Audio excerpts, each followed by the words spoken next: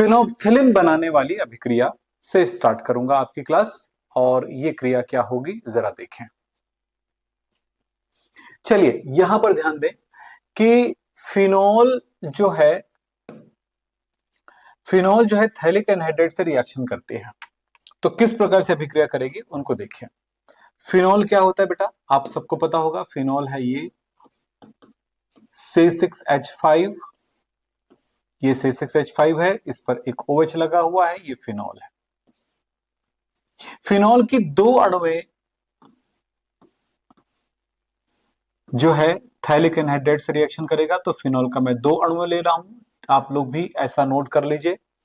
ये फिनोल है, याद रखना ये क्या है, फिनोल है। फिनोल के पैरा पोजीशन का H अभिक्रिया में भाग लेगा, ये ध्यान रखिएगा। किसके साथ अभिक्रिया होने वाला है, अभिक्रिया होने वाला है थैलिक एनहाइड्राइड के साथ। थैलिक एनहाइड्राइड क्या है,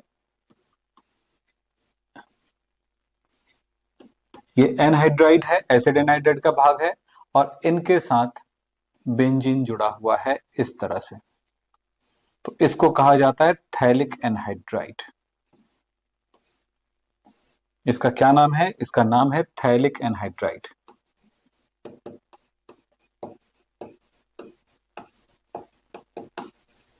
और ये जो है ये फिनोल है, ये दोनों फिनोल है। रिएक्शन क्या होगा जरा ध्यान से देखिए, फिर मैं इसकी थ्योरी भी बता दूंगा। पहले रिएक्शन को सीखना जरूरी है। ये थैलिक एनहाइड्राइड में एक भाग थैलिक एनहाइड्राइड, दो भाग हमने फिनोल लिया है। यानी अगर एक अणु मैंने थैलिक एनहाइड्राइड लिया है तो दो अणु फिनोल है। 100 अणु में मैंने थैलिक एनहाइड्राइड लिया है तो 200 अणु में फिनोल है। इस तरह से समझे। तो ये नोट कर रहे हैं ना, हाँ जी नोट जरूर करिएगा।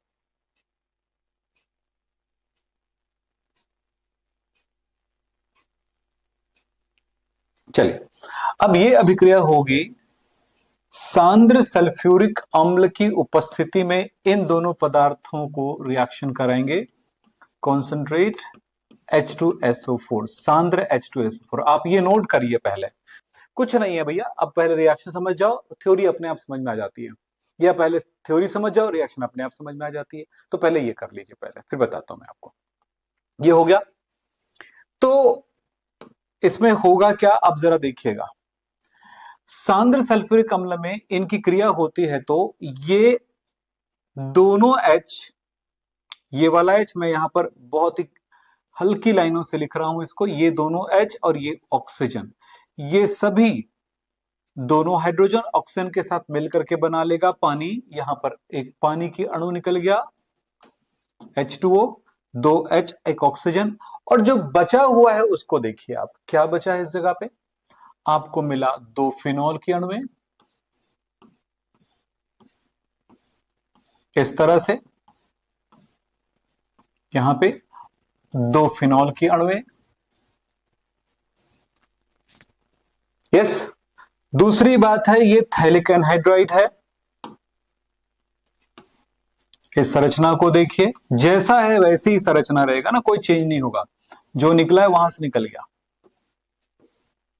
ये लीजिए, इनके इससे हाइड्रोजन छीन गया, एक संयोजकता बचा है, इसके हाइड्रोजन से छीन गया, एक संयोजकता बचा है, इसके ऑक्सीजन छीन गया, डबल बॉन्ड था, दोनों बचा हुआ है। अब क्या होगा बेटा बोलो, ये इसका दो संयोजकता बचा हुआ है, इसकी संयोजकता से जुड़ गया एक, और एक इसके साथ जुड़ गया, और इस तरह से ये बन गया। इसको कहेंगे फिनोल्फथालीन। देखो कितना आसान है। एक बच्चे ने कहा मुझे बेसिक से नहीं आता, बेसिक की जरूरत नहीं पड़ेगी, वैसे अगर जिनको जरूरत है वो करें जरूर, कोई बुराई नहीं है। लेकिन अगर नहीं भी आता है तो इस रिएक्शन को समझें कि ये दोनों H निकल गया पानी बन के, और ये आपस में इनके साथ जुड़ गया, ये फिनोल्फथालीन है। अब मैं यहां पर थ्योरी लिखना चाहूंगा इसके लिए, तो क्या लिखूंगा मैं यहां पर, लिखूंगा, इसको गर्म करेंगे तो क्या लिखूंगा, सांद्र सल्फ्यूरिक अम्ल की उपस्थिति में, सांद्र H2SO4 सल्फ्यूरिक अम्ल है की उपस्थिति में फिनोल तथा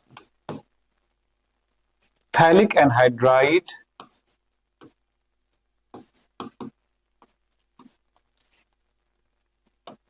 हिंदी में लिख देता हूं, चलिए।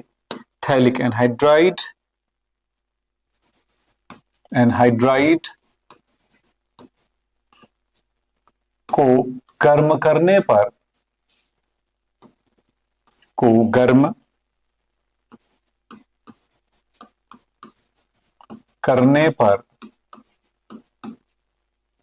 फिनोल्फथैलीन बनता है। ये आप नोट कर लीजिए। फिनोल्फथैलीन के बारे में आपको बता दें कि यह क्षारीय माध्यम में